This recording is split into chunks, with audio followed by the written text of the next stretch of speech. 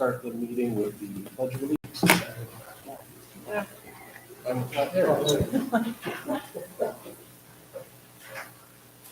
Pledge allegiance to the flag of the United States of America, to the republic for which it stands, one nation, under God, indivisible, with liberty and justice for all. I chair the select board of business. I have no changes. There was a revision to the agenda that Janet sent out. I think everyone got it. Just a slight change. So we'll move right into the superintendent's report. Thank you, Carl. Good evening, everyone. Nice to see you. So the first part of the agenda, I'm very excited. We have two programs that were started several years ago here in the Hartford Public Schools. Very innovative programs, the Gifted and Talented program, and also the Advanced Manufacturing program, which came out of the STEAM program. So Mrs. Pfeffer is here. She's a wonderful media specialist teacher who's led these two wonderful programs over the years. It does a fantastic job. Penny Miller, thank you for all your help over the years, too. You've been a big help, too, with the programs. I'd like to thank all of the students here who worked hard in the presentation tonight, and thank all the parents for bringing their children here tonight. I know it's a very busy night at Antolini School tonight with the play at 7 o'clock, so we can't wait to see that as well. So, Mrs. Pfeffer, without further ado, thank you. We're very excited about the presentation and the student presentations as well. So we're going to start with our STEAM program. If you'd like to speak first, if you want to come on up. I do have the slideshow up behind you. I don't know how you feel about turning around. It is the slide presentation that you have a copy of. So I'm going to talk about Goodwin, but I want to start and let you know that our STEAM program starts with pre-K. It runs effectively pre-K through 6th grade. The program itself, I will do repetitive types of building projects so that the kids might get a skill that's established in kindergarten. They might not see it again in 1st grade, but it will be repeated in 2nd and 3rd, so that eventually those skills are built up to the point where we are Goodwin University ready. So here we go.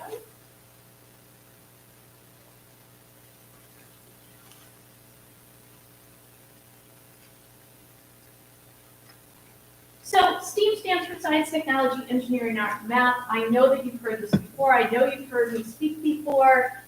When I first came, we did not have the art component integrated into our program. We do now. We fully integrate art.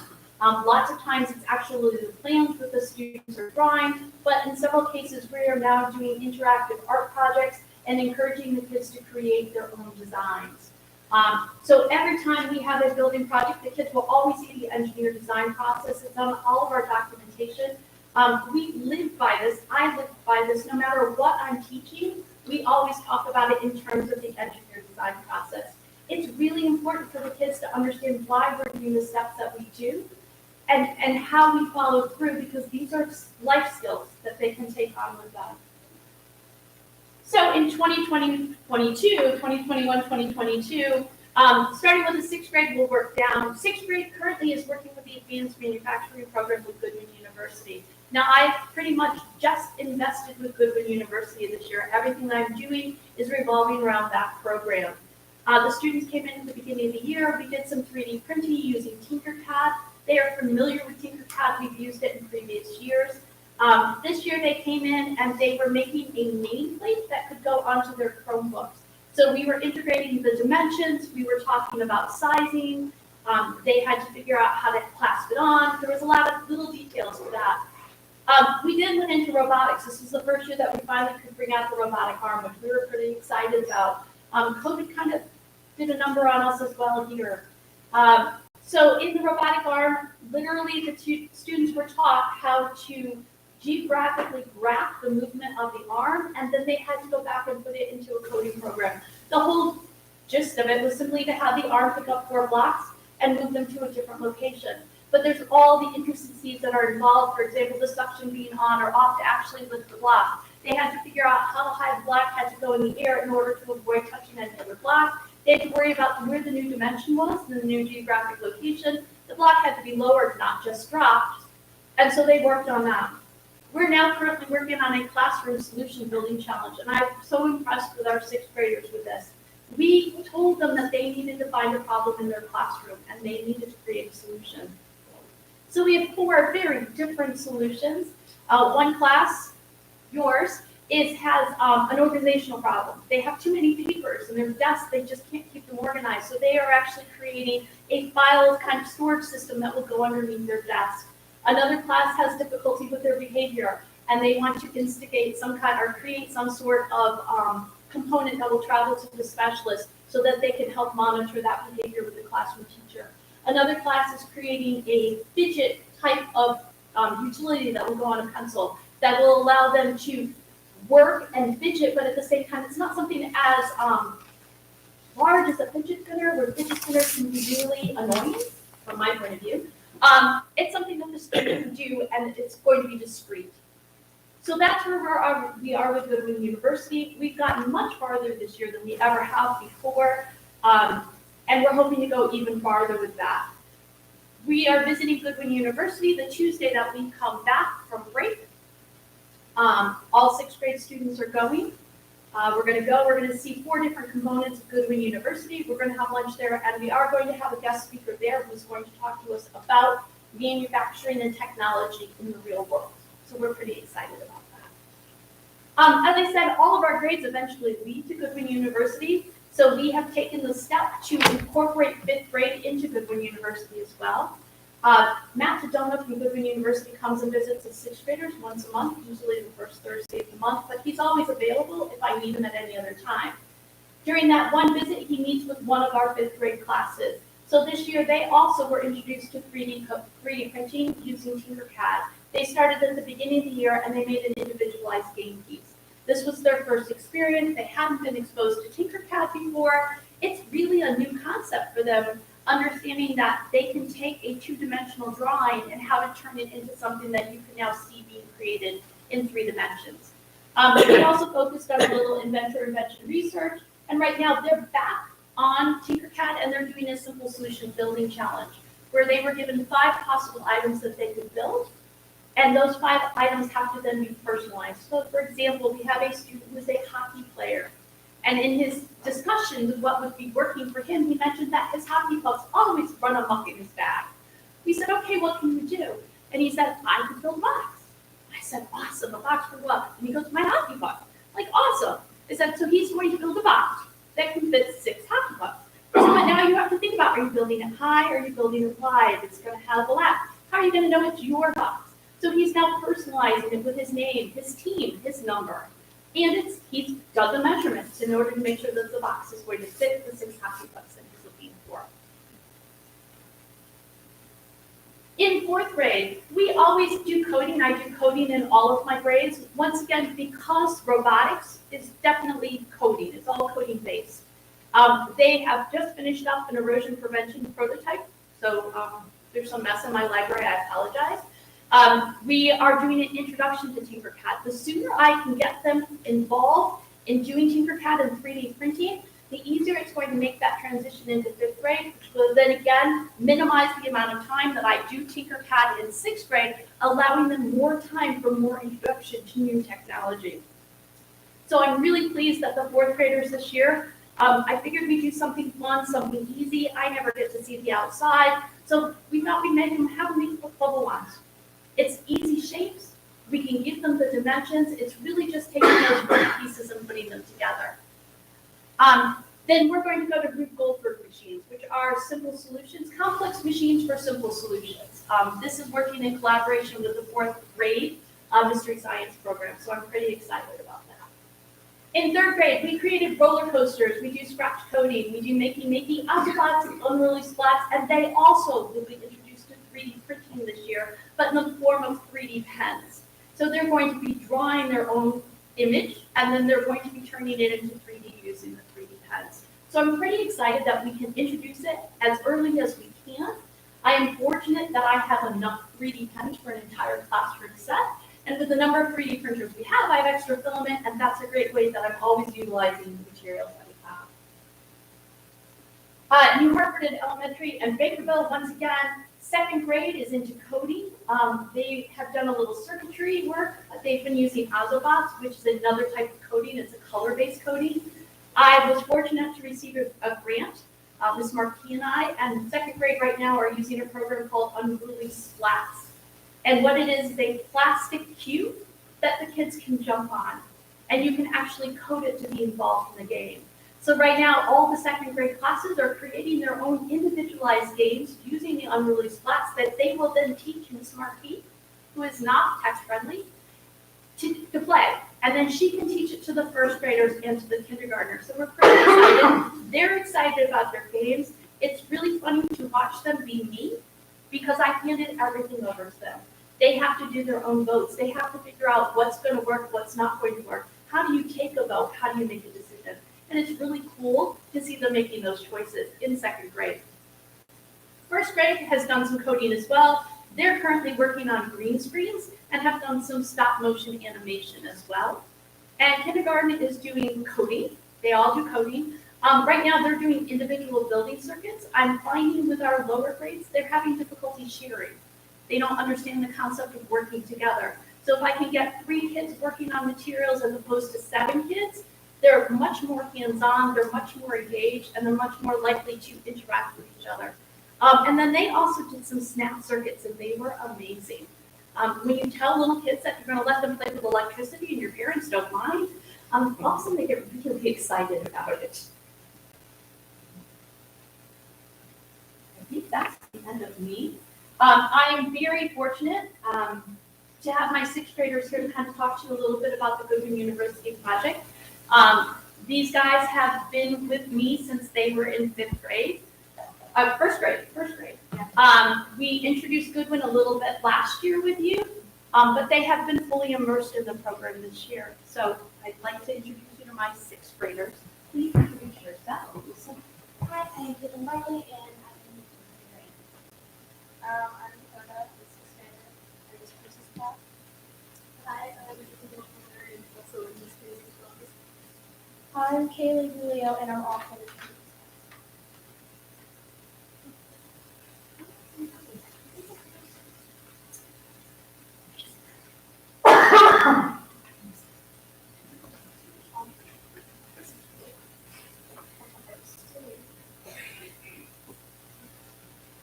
Hello everyone, thank you for being here. I would like to talk to you about the Goodwin University program.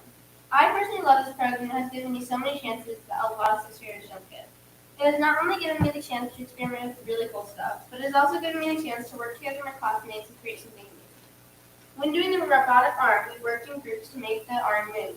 As doing this, I learned not just how to code, but just how to step back sometimes. School is meant to teach you life skills, how to make it in life. And you need more talent than math, reading, writing, science, and social studies.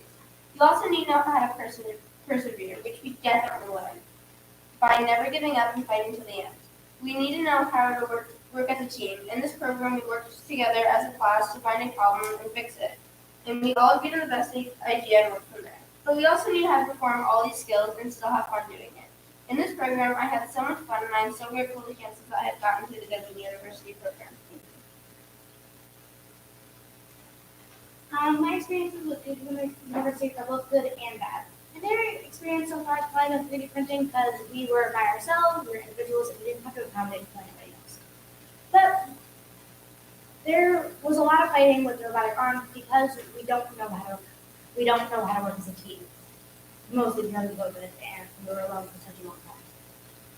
The fact with the robotic arm is we were alone for half of 4th grade, a little bit of 5th grade, so we don't know how to work as one.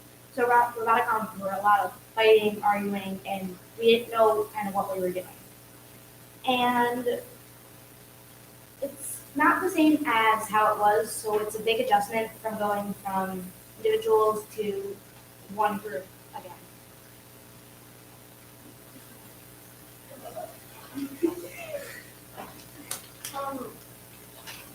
The Goodwin experience has taught us how to work together, and it also taught us how to use technology in ways that other kids in our level might not know how to do it. It's taught us how structural game pieces that game pieces that taught us how we need to attach everything so everything is printed.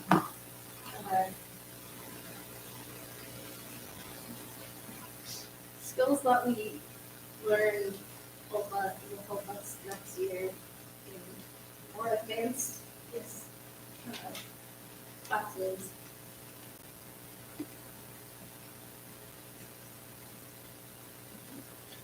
Okay.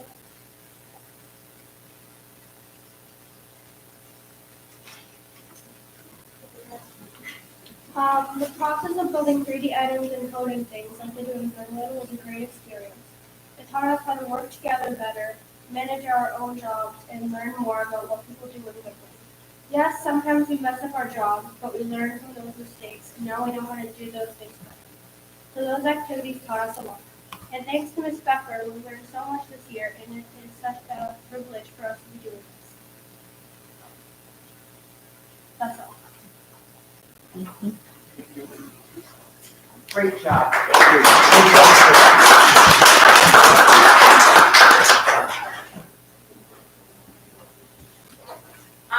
So I love the fact that the girls were able to talk about some of the struggles. It is a struggle for them.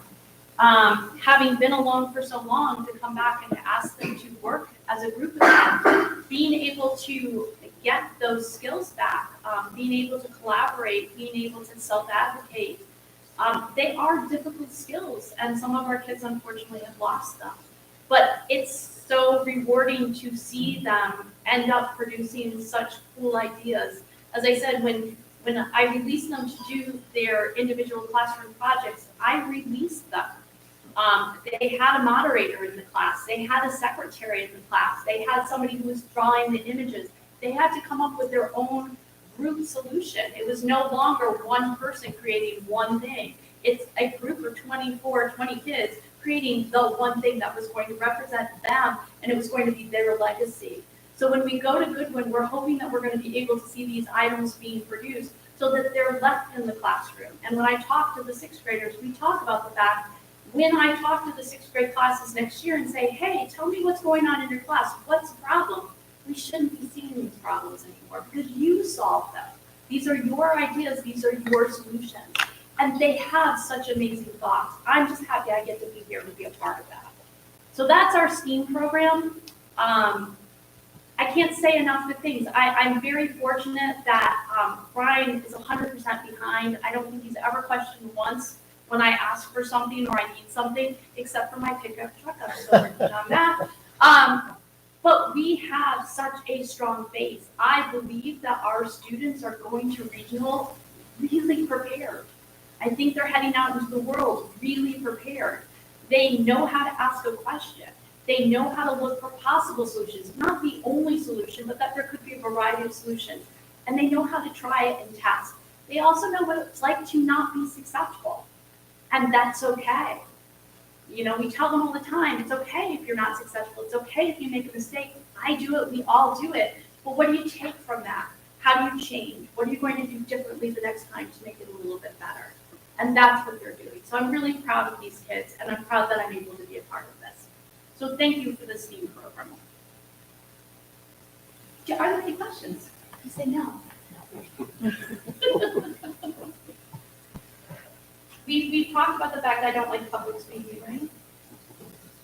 Okay, so we're bringing you to the gifted and talented part of our program.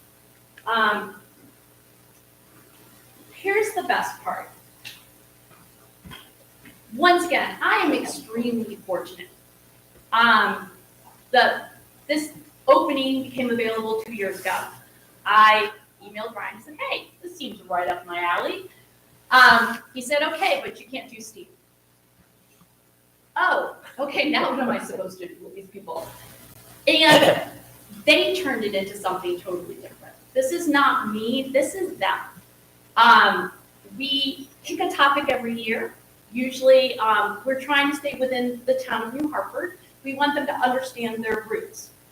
Last year, it was a lot of book research. This year, I threw them under the bus. They did interview research. So I'm asking fourth, fifth, and sixth graders who don't have those social skills to go out and talk to some people. When I say some, it's 25 people that you don't know, that you have to have a series of questions that you're going to need to talk to them about. And we wanted you to do it in person, not a survey. We want you to get the results. We want you to find out if somebody says no, I want you to then say, well, why not? And these guys have done that for me. So the Gifted and Talented Enrichment Program, once again, I'm thrilled to be a part of it. I'm honored to be a part of it. These kids are really special. Everything I ask them to do, they do it. And once again, they're in charge. I'm here, I mentor, they make the decisions, which is really cool to see at this age. So when I said, hey, we're presenting to the Board of Ed, I said, you guys need to do a slideshow. And they said, okay. I said, okay, let me know when the slideshow's done. And I walked away, and this is their slideshow. It's not mine, I added pictures, because I take pictures. This is theirs. So they're going to present it to you. Hayes, do you want to come up and do the transitions for me, please?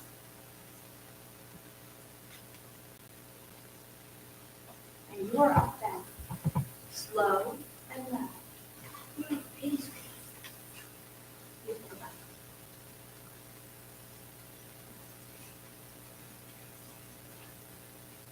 Upset gate are made up of 4th, 5th, and 6th graders from Annie County. The 4th graders are Eva, Lucas, Sienna, Marlita, and myself, Ben. This is all our first year here. The 5th graders here are Declan and Hayes. This is both their second year. The 6th graders are Paige, Gavin, Evan, Fiona, and Sadie. This is Gavin's first year here, and it's everyone else's third year. The people who are working together are Marlita and Cindy, Lucas and Hayes, and Sienna and Eva.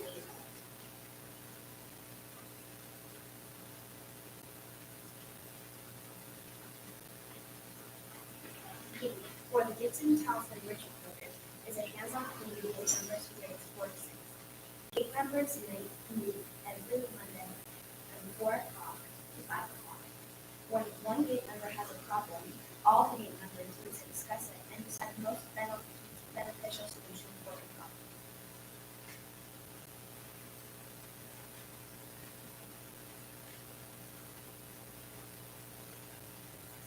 We're doing a project for the community in New Hartford.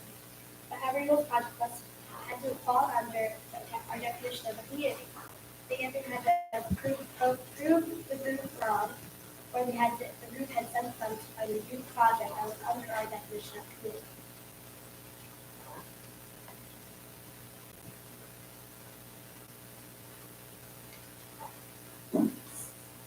Students work on making and creating final projects the most beneficial ways as possible. When a game member who is contributing to the group makes a decision, they must first decide how this decision will be a benefit to the group.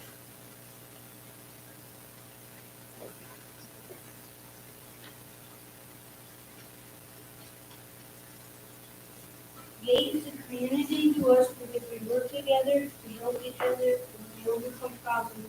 The 6th grade plays every year, they're meeting friends and members. We overcame the play problem from compromising with the 6th graders who had hardest in the little time they had. We helped each other overcome obstacles in our way.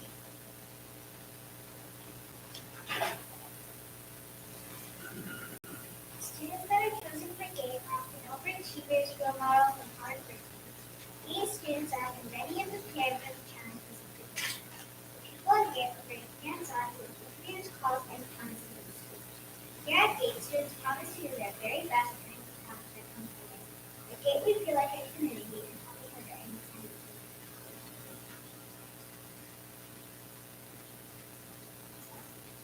So the topic for this year was community. And the first thing we had to decide is if we were a community. So the definition that you saw on the slideshow is the definition that they use for all of the communities that have been presented and will be presented as our group projects. When we talk about group projects, it's very open.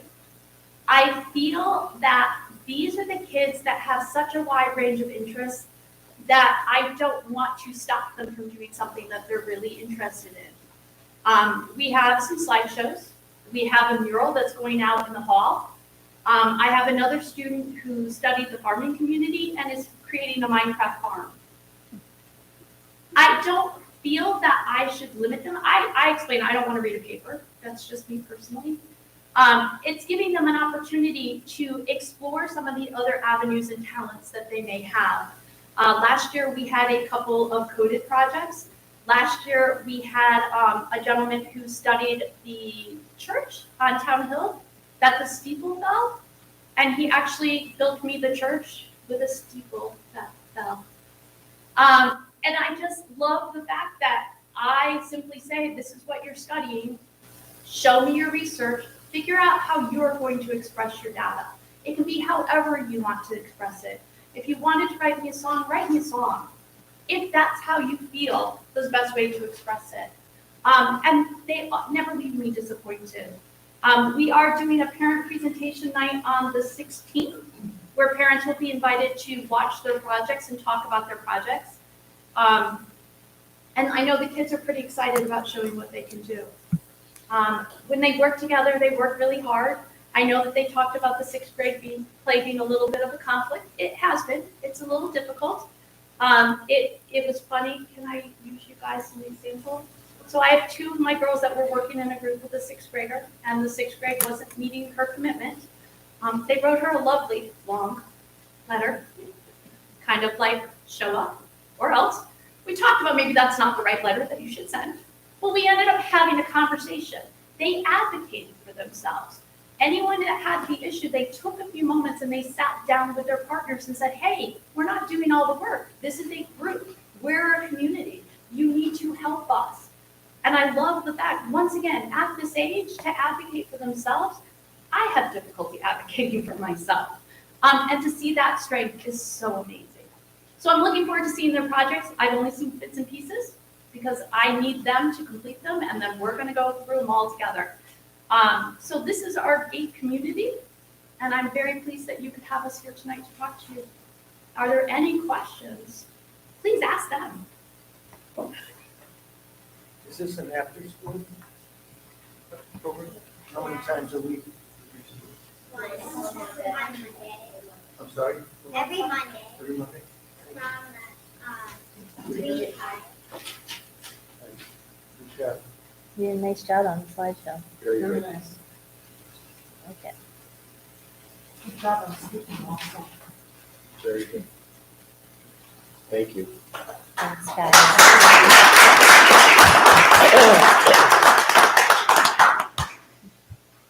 Am I on public now? Yes, So, So,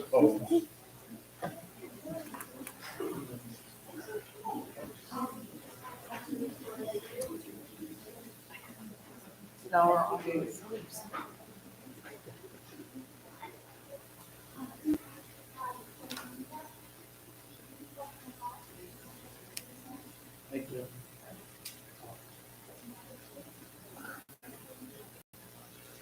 Hi, Tim. hello. That's great. That was fantastic. So, it's very challenging to present in front of a room full of adults. So that was a fantastic job, wonderful job. And Karen's becoming an expert at presentations. I know she sells herself short a little bit there. And also, I was remiss, the programs would not be successful without Principal Amanda Saw. So Amanda, thank you very much for really leading these programs as well. Couldn't do it without you. Next part of the agenda, I'm very excited and very pleased to inform the board the Connecticut State Department of Education is implementing a pilot program, behavioral health system pilot program for 6 school districts in the state of Connecticut. and New Hartford was chosen as one of them to participate in this pilot program based on our health delivery systems here in New Hartford and our social emotional programs and delivery models as well. So I'm very proud that we were selected. It'll be an arduous task for our district. We are comprised of a committee that will look to assess our current behavioral health system programs that we have in district, and they will work, they'll have a first meeting in May, work over throughout the summer, and continue to work in the fall.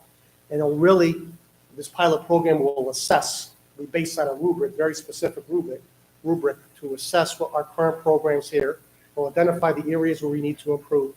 And this data will help us, New Hartford, as far as where we need to improve to increase the ability to meet the needs of students with social emotional needs. We know that the pandemic has exacerbated the situation, has caused greater needs as far as students across the country in Connecticut, including New Hartford. So we're very pleased and proud and excited to participate in this program. In addition to help our staff and kids in New Hartford, we're also helping our colleagues in the rest of the state as well. So we're very proud of that. Does anyone have any questions on that? You should be commended for being ahead of the curve on that. Oh, thank you, Tony. Appreciate that. Thank you. And Brian, that's a state-type program? Yes, a state pilot program. Are there other states doing similar? Yeah, there are other states. And that's not starting until December, Jay? That's starting right now, participating, yeah, to get ready to basically do an audit of our behavioral health system programs that we have here. And then do you get feedback from them We do, that you can share with the board at some point? sure, absolutely. What is the ultimate, what is their goal? In other words, are they trying to do some? Sure. Yeah, so they're trying to identify best practices, social emotional learning, behavioral health systems, to help districts meet the needs the best way they can to help kids. That's the whole goal of this pilot program. So you'll be hopefully implementing some sort of program or something statewide?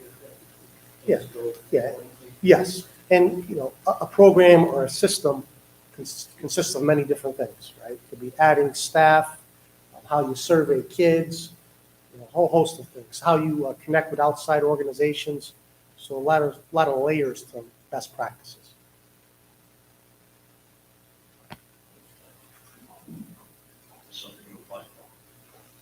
So we completed a survey, Tim, that many districts did, and then they reached out to us to participate. And asked, I mean, we didn't have to do it. It was a mandate that we participate, but they did ask if we could do this.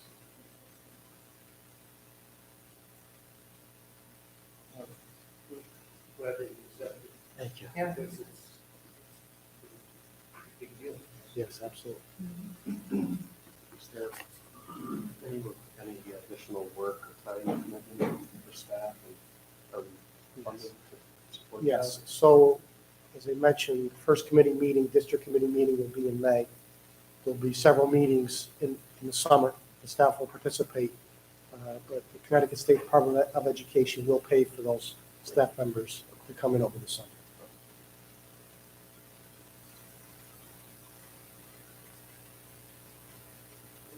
Is that just the principals or would it be teachers? It'll be our school psychologist, social Oh, okay. worker, administrative team.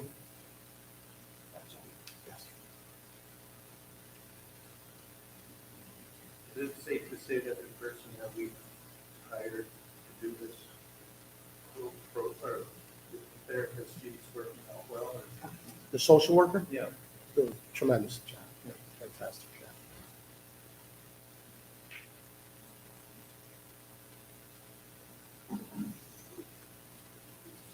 Any other questions? Great, thank you for your support, I appreciate that, and we'll keep you updated as we move toward, throughout the fall. The last item on the superintendent's report is pre-K. So I'm very happy tonight, a lot of different things. Very happy to inform the board that we have 36 students who are interested in participating in our pre-K program next year.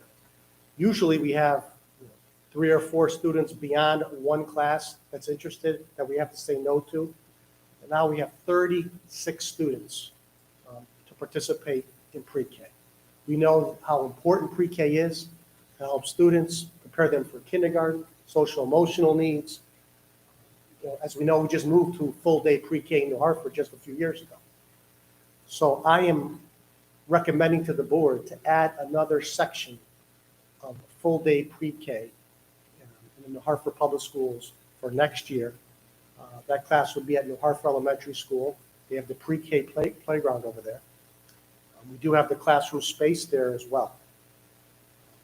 I do want to mention, part of our budget presentation, this would mean that we would not reduce one teaching section, one full-time teaching section for next year. But the money to pay for the salary would come with the tuition. So full-day pre-K for regular ed students is $4,500. Part-time for regular ed students is $1,800. So the money that we receive from tuition would pay for the cost of the teacher's salary. So we would not have to change our budget whatsoever. And of course, that would increase opportunities for kids, increase our enrollment. And I think it's a great opportunity. I had a question, I think, from a board member, well, why is this the case? So that's a great question. Well, I think there's a crisis in our country as far as available pre-K opportunities for kids. So I think that's why we have a great interest. And I also think the hard work of our staff as well. It has a great reputation. So does anyone have any questions about this? So that would be how many in each class? 18?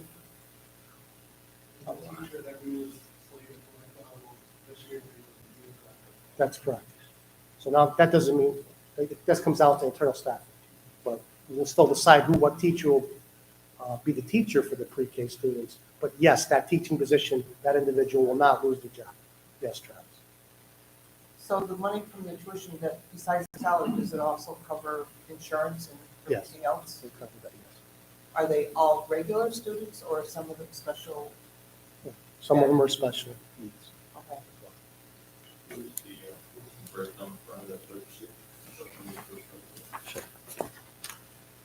So we have 27 regular education students, 9 special education students.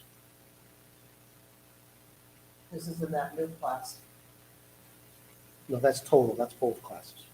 but it's the classes that are coming in next fall. That's correct, yes, Okay. yes.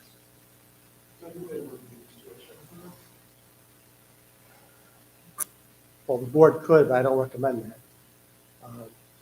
And Special education, we would have said it was 45 and 18 for regular special education. No, that's up to the special education. They don't have to pay tuition. But as far as the tuition, the board subcommittee did look at this several years ago before we started the full-day pre-K program here in Hartford. We arrived at that. We did go up a little bit, I think $500 the last few years. So I think it's very competitive compared to other pre-K programs. And I don't know if anyone wants to chime in the future, we could take a look at that. Are we charging enough, to be honest with Yeah, at the time it was, last time was it 2 years ago? you? Yeah. Yeah, it was I think, a couple of years ago. Penny collected costs for pre-K every year that they, we raised our rate because we were well below them. We're still well below, I imagine. We were below at the time, we had to raise. But It's a bargain, yes. that's something we could consider as a board to be looking at. And as far as we are talking about lowering, and we're talking about increasing our budget, and that's just something, we can take that. I would say yes. And it does, it would impact the budget, yes. But at the same time, I think, you probably want to relook at the tuition every few years to see where we are. We'll, in our school board, a lot of things. People that have access to pre-K, cost.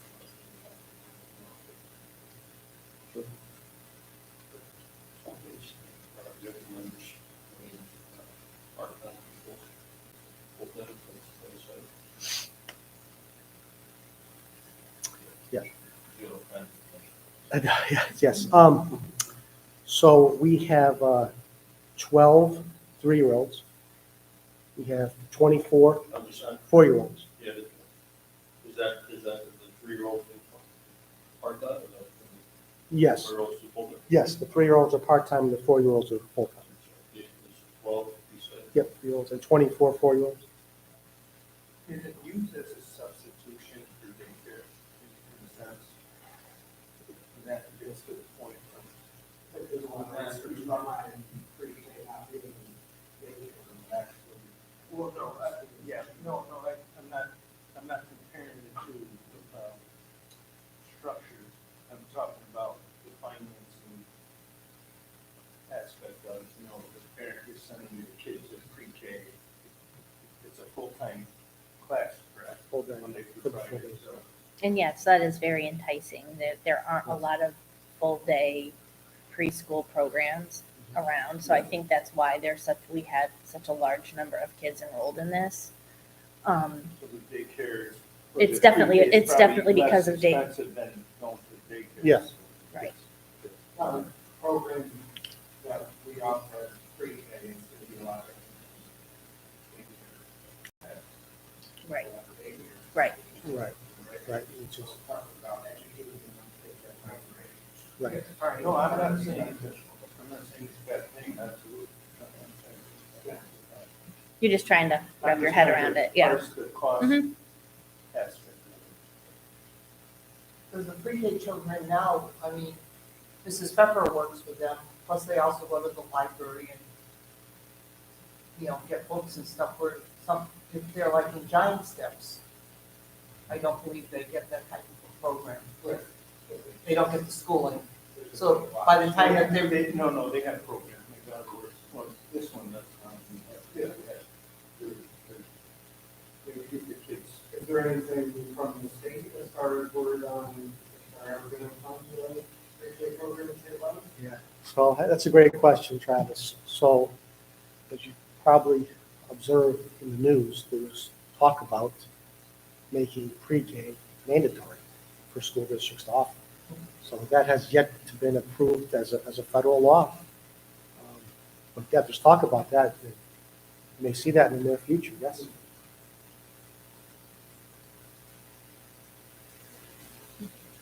And there's no benefit for us in terms of having that. Right there. Yeah, I know, yes. So between the two, there were 36 students who were just shy of our $30,000. That doesn't fund their. Associated with 2 classrooms, 2 teachers, pairs in classrooms. Yes, we do. And are they splitting those classes? You're not, are you not gonna do 1 4 program, 1 3 program? You're gonna split it up?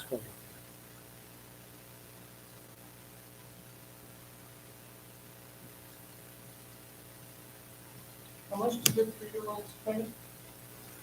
8, I'm sorry? 8, And what about the 4-year-old?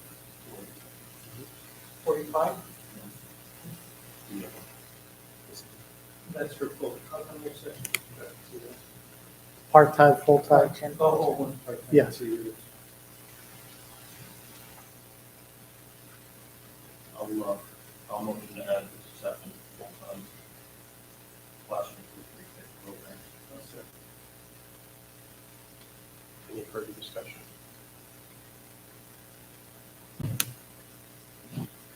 I don't like, Do you have any idea what, to Travis's point, right?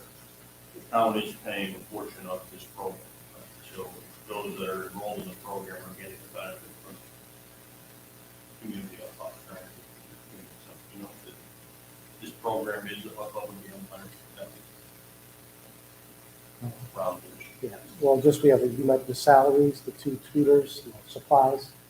But I do want to make this clear because this was brought up before. Jim, you probably remember this, maybe the board members do.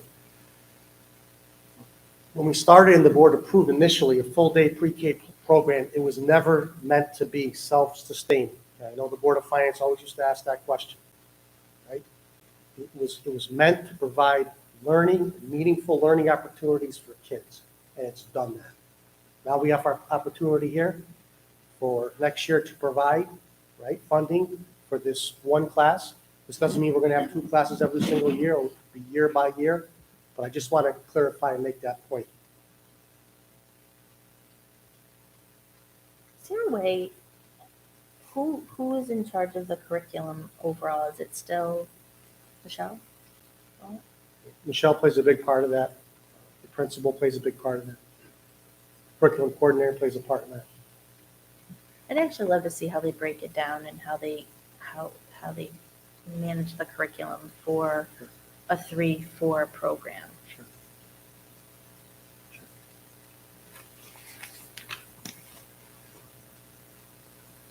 I've always had an issue with the fact that they combine the program, and I get it that the numbers, there's such a discrepancy in the numbers. You have 12, if you only have 12 3-year-olds and you have 24 4-year-olds, it makes it hard to make 2 classes and, in equal groups, but are they getting as good of an education? Are those 4-year-olds getting what they need when they're being integrated with the 3-year-olds? Was there anyone get some numbers around what it would cost for us to provide them?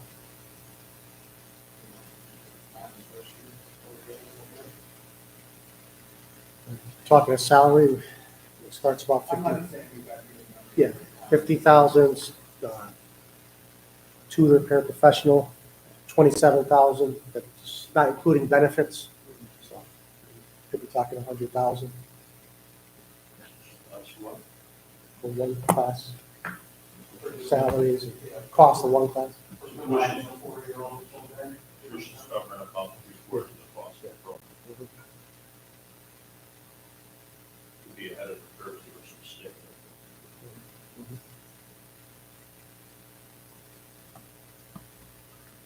Any other discussion?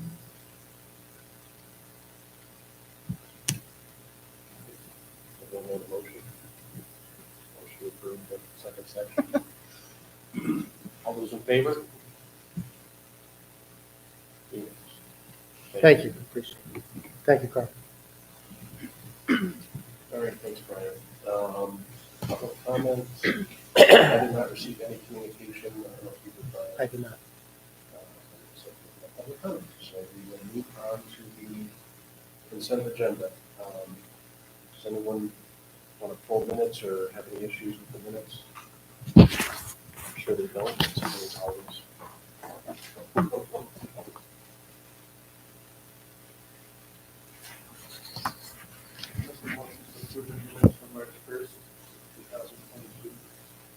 Are you motioning to approve the consent agenda? Oh, no, we have to do it on one. The consent agenda includes the minutes Expenditure report person. and personnel. You want to make a motion to approve the consent agenda? Well, I'll wait till Carl goes through the rest. Oh, you're. No, you can. Yeah, sure. I'll make a motion to approve the consent agenda. I'll second it. Brian, did you have anything you wanted to say on personnel? I did, Carl. Thank you. So I'd like to inform the board, regrettably so, that Amanda Shaw, the principal at Antonini School, as Penny always reminds me, will be leaving the district after 22 wonderful, fantastic years, 11 years as principal of Antonini School. Amanda was a teacher here in New Hartford, a curriculum specialist, and a principal. And when I think of all of Amanda's accomplishments, they're numerous. I think of Amanda spearheading the almost $5 million renovation project here at Antonini School to improve the learning environment here. I think about her technology expertise. I think about our administrative team who always leans on Amanda. I know we joke about this at many staff meetings. I call it the institutional knowledge that only Amanda had. And she still has that. So I think about her curriculum revision and her tireless advocacy for students. So this is not about me, but this is a testament to Amanda's leadership.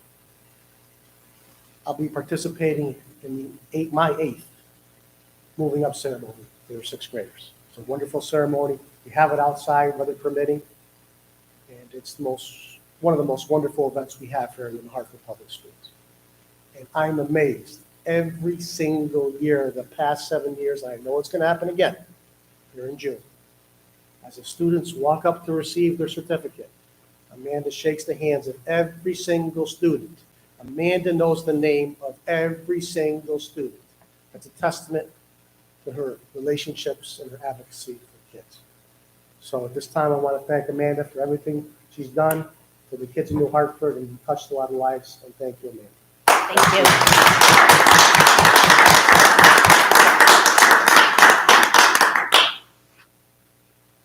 Thank you, Brian. Thank Thank you. And thank you. Thank you, Amanda, for everything. Thanks, Amanda.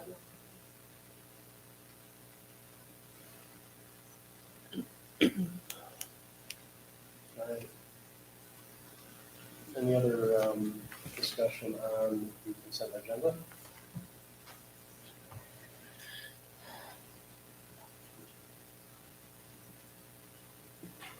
All right, all those in favor of the consent, approving the consent agenda as presented? Kevin? Yeah, sorry. Please raise your hand, say Yeah. I'm thinking in the same spot. unanimous, thank you. All right, on to new business. So I have some lengthy motions that I'm required to make. You sent it to me, right? Oh, sure, I'll send it to you. Thanks. I guess I do need to read them out loud. Wait, what's Yes. this for? So this is our healthy food certification that we have to do every year. Okay. I think if you've been on the board, you've heard the same thing every year. It's just a requirement by the state that you meet this requirement.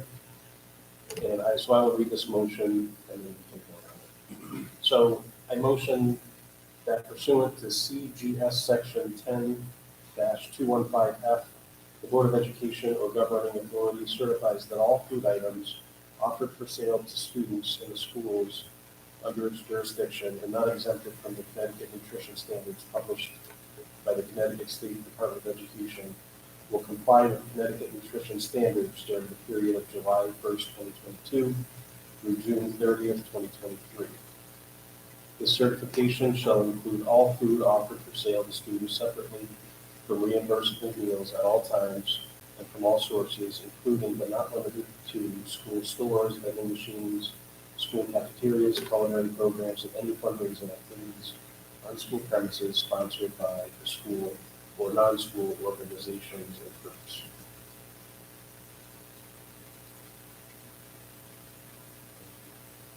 You need a second for that? You need a second. I'll make a second. Any discussion?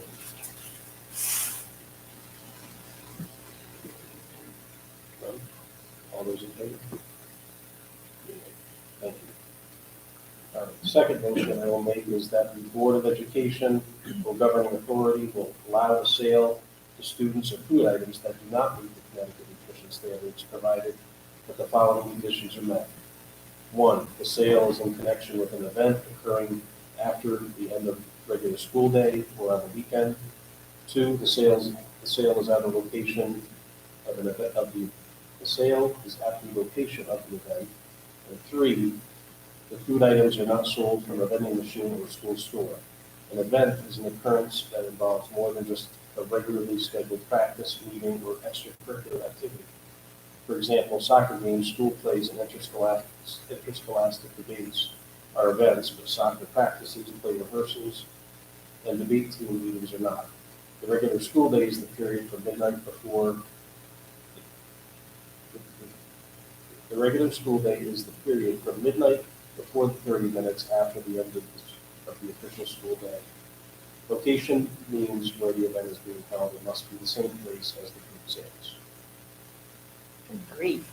I'll second it. Any discussion? All those in favor? Okay, unanimous. All right. I will send that to you. Okay, thanks. All right, the second part of new business.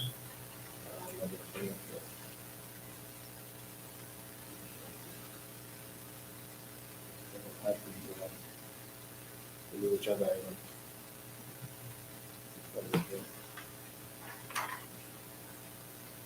Here's Carl.